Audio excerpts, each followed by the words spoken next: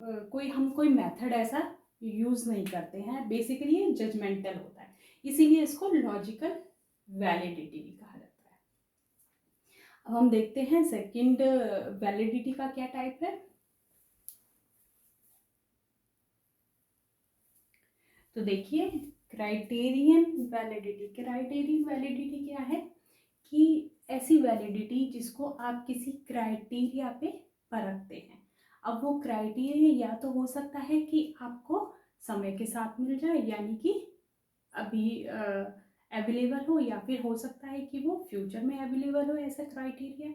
तो जब हम वैलिडिटी को किसी क्राइटेरिया पर रख कर देखते हैं, किसी क्राइटेरिया पर रख कर देखते हैं, उसके लिए वैलिडिटी के लिए कोई क्राइटेरिया तय कर देते हैं, फिर देखते हैं कि वो उस क्राइटेरिया को मीट कर पा रही है या नहीं। तो इस तरह की वैलिडिटी को हम क्राइटेरियन वैलिडिटी कहते हैं। क्योंकि ये यहाँ हमने क्राइटेरिया रख दिया, तो ये वैलिडिटी अपने आप में कैसी हो गई, ऑब्जेक्टिव। कैसी हो गई, ऑब्जेक्टिव हो गई। तो यहाँ नोट कर लीजिएगा कि ऑब्जेक्टिव वैलिडिटी होती है, it is determined by comparing the test score with the scores obtained on a criterion available at present or to be available in future। यानी आपके पास मान लीजिए कुछ स्कोर्स आए टेस्ट के। अब उन स्कोर्स को आप किसी दूसरा स्टैंडर्डाइज टेस्ट जो पहले बन चुका है उसके साथ कोरिलेट करके देखते हैं। फिर देखते हैं क्या वो कोरिलेशन हाई है या नहीं है। जैसे मान लीजिए आपने एक टेस्ट बनाया, इंटेलिजेंस टेस्ट करने का एक टेस्ट बनाया। अब वो टेस्ट वैलिड है, उसकी क्राइटेरियन वैलिडिटी है या नहीं है, तो आप क्या करेंगे, इंटेलिजेंस का पहले से एक बना हुआ स्टैंडर्डाइज टेस्ट लेंगे और उस टेस्ट को लगा के उससे स्कोर लेंगे, अपने टेस्ट को लगा के अपने टेस्ट से स्कोर लेंगे, और दोनों के स्कोर्स को आपस में कोरिलेट करेंगे। अगर ये कोरिलेशन हाई है तो हम कहेंगे कि यस, क्राइटेरियन वैलिडिटी है। तो अब ये स्कोर्स दो तरह से मिल सकते हैं आपको, या तो अभी मिल जाए या फिर फ्यूचर में। तो देखिए, प्रिडिक्टिव वैलिडिटी क्या होती है, a degree to which scores on a scale or test predict later behaviour. यानी ऐसी वैलिडिटी जो स्कोर्स के बाद क्या बिहेवियर होगा, स्कोर्स के बाद क्या रुझान होगा, उसको बताती है। जैसे आपने देखा होगा, बहुत सारी यूनिवर्सिटी कहती हैं, बहुत सारे एग्ज़ाम्स कहते हैं कि 55% या 60% मार्क्स होने चाहिए आपके ग्रेजुएशन में। तो ये एक क्राइटेरिया उन्होंने सेट कर दिया कि 55 या 60 से अबव वाला जो स्टूडेंट होगा, इससे अबव जो स्टूडेंट होगा वही आगे क्वालिफाई करेगा, उसको ही समझा जाएगा कि हाँ वो इस जॉब के लायक है या इस एडमिशन के लायक है। तो इस तरह से जब जो स्कोर्स हैं वो आपके लेटर बिहेवियर को बताएं, तो उस तरह की वैलिडिटी को प्रिडिक्टिव वैलिडिटी कहते हैं। कॉनकरेंट वैलिडिटी क्या होती है, how well a new test compare to an well established test. जो टेस्ट पहले से एस्टेब्लिश है, पहले से स्टैंडर्डाइज है, आपका टेस्ट उससे कितनी अच्छी तरह से कोरिलेट करता है या नहीं करता है। तो इसके लिए हम क्या करते हैं, मैंने आपको पहले ही बताया कि अपने स्कोर्स लेते हैं, स्टैंडर्डाइज टेस्ट के स्कोर्स लेते हैं और दोनों स्कोर्स को आपस में कोरिलेट करते हैं। जैसे एक एग्जांपल सोशियोमेट्रिक है। इसमें क्या होता है कि स्कोर्स आपने कलेक्ट कर लिए कि स्टूडेंट, जैसे हम एग्जांपल लेते हैं सोशियोमेट्रिक का, कि आपने इस स्केल पर कुछ स्कोर कलेक्ट किए कि स्टूडेंट्स को किसके साथ खेलना अच्छा लगता है। उस बेसिस पे आपने कंक्लूजन देखा कि स्टूडेंट अपने रिजल्ट देखे, स्टूडेंट को किस किस के साथ खेलना अच्छा लगता है।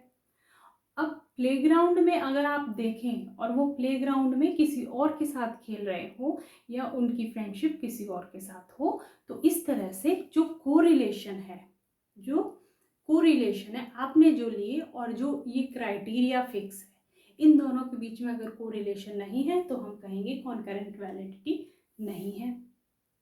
इसी तरह से आपके स्कोर्स हैं, आपने स्कोर्स लिए अपने टेस्ट से और दूसरा स्टैंडर्डाइज टेस्ट लगाया, उससे भी स्कोर्स लिए, दोनों के स्कोर्स को आपस में मैच किया, अगर कि हाई कोरिलेशन है तो हम कहेंगे यस कॉन्करेंट वैलिडिटी है।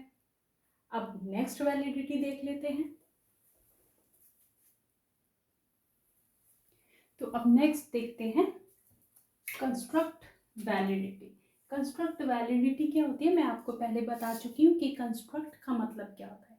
कंस्ट्रक्ट कोई भी ऐसा एक कॉन्सेप्ट है जिसको आप मेजर करना चाहते हैं अपनी रिसर्च में, और ऐसा कॉन्सेप्ट जिसको ना तो आप देख सकें और ना ही आप छू सकें, जैसे कि intelligence, anxiety, depression, motivation, satisfaction, ये सब क्या है, कंस्ट्रक्ट हैं।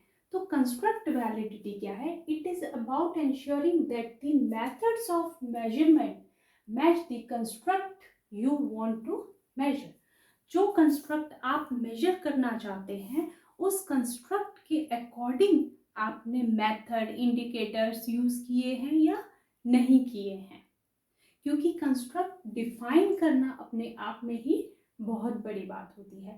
पहले रिसर्चर को कंस्ट्रक्ट क्या है वो डिफाइन करना होता है, और फिर उस कंस्ट्रक्ट के बेसिस पे उसने उसको मेजर करने के लिए क्या मेथड लिए हैं उसको डिफाइन करना पड़ता है, उसे हम कहते हैं construct validity. It is determined by the establishing relationship and discrimination. ये क्या है कि इसको हम कैसे डिटरमाइन कर सकते हैं, कुछ रिलेशन एस्टेब्लिश करके या फिर कुछ डिस्क्रिमिनेट करके। इसको और अच्छे से समझेंगे, पहले हम देखते हैं कन्वर्जेंट वैलिडिटी क्या है। When a test correlate highly with the variable theoretically related to measured phenomena। देखिए कन्वर्जेंट वैलिडिटी तब कहते हैं जब आप जिस कंस्ट्रक्ट को मेजर करना चाहते हैं आपका जो मेथड है उसी कंस्ट्रक्ट को मेजर करें, उसके अलावा दूसरा कंस्ट्रक्ट मेजर ना करें। फॉर एग्जाम्पल आप डिप्रेशन मेजर करना चाहते हैं, क्या करना चाहते हैं, डिप्रेशन मेजर करना चाहते हैं, तो ऐसा नहीं होना चाहिए कि आपका टूल डिप्रेशन की जगह डिप्रेशन से रिलेटेड चीजें मेजर करे, यानी कि सैड, मूड खराब होना, एंगर, ये सब मेजर करने लग जाए, ऐसा नहीं होना चाहिए।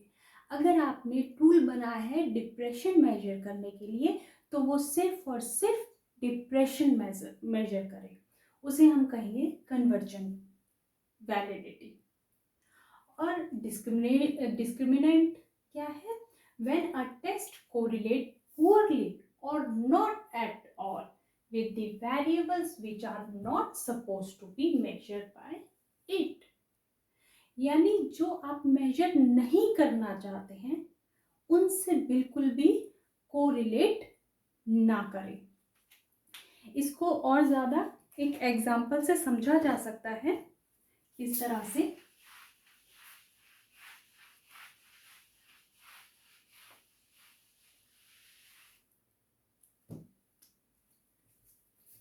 जैसे देखिए आप डिप्रेशन मेजर करना चाहते हैं, डिप्रेशन अपने आप में क्या है, एक कंस्ट्रक्ट है। अब पॉसिबिलिटी है कि आपका जो टूल है,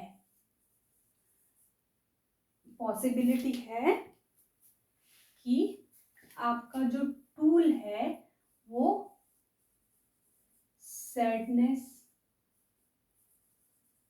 एंजाइटी, मूड, और क्या हो सकता है, एंगर,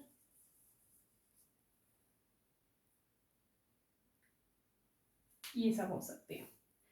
तो आप डिप्रेशन अगर मेजर करना चाहते हैं तो हो सकता है कि आपका टेस्ट उसके साथ साथ सैडनेस, एंजाइटी, मूड, एंगर, इनको भी मेजर कर दे। तो आप कैसे कहेंगे जो आपने रिजल्ट लिया है, जो आपने इस टेस्ट के बेसिस पे स्कोर लिया है, वो आपका वैलिड है, कि वो डिप्रेशन मेजर कर रहा है। हो सकता है जो आपके पास स्कोर्स आए हैं वो सैडनेस, एंजाइटी या मूड या एंगर के बेसिस पे आए हों, ये भी तो हो सकता है। तो इसलिए कहा जाता है कि जो आपका टेस्ट मेजर करना चाहता है सिर्फ वही मेजर करे, उसके अलावा ये सब मेजर ना करे। उसको हम कहेंगे कन्वर्जेंट वैलिडिटी, कि टूल जिसको मेजर करना चाहता है सिर्फ उसको ही मेजर करे, यानी कन्वर्जेंट वैलिडिटी। और टूल जिसको मेजर नहीं करना चाहता है उसको मेजर ना करें, डिस्क्रिमिनेंट हो गया, तो इसे हम कहेंगे कंस्ट्रक्ट वैलिडिटी। आई होप आपको यहाँ तक कॉन्सेप्ट क्लियर होंगे। इसके बाद की जो वीडियो होगी उसमें हम रिलायबिलिटी देखेंगे। तो अगर आपको ये मेरी वीडियो पसंद आती है तो प्लीज़ आप सब्सक्राइब करें, शेयर करना ना भूलें। Thank you.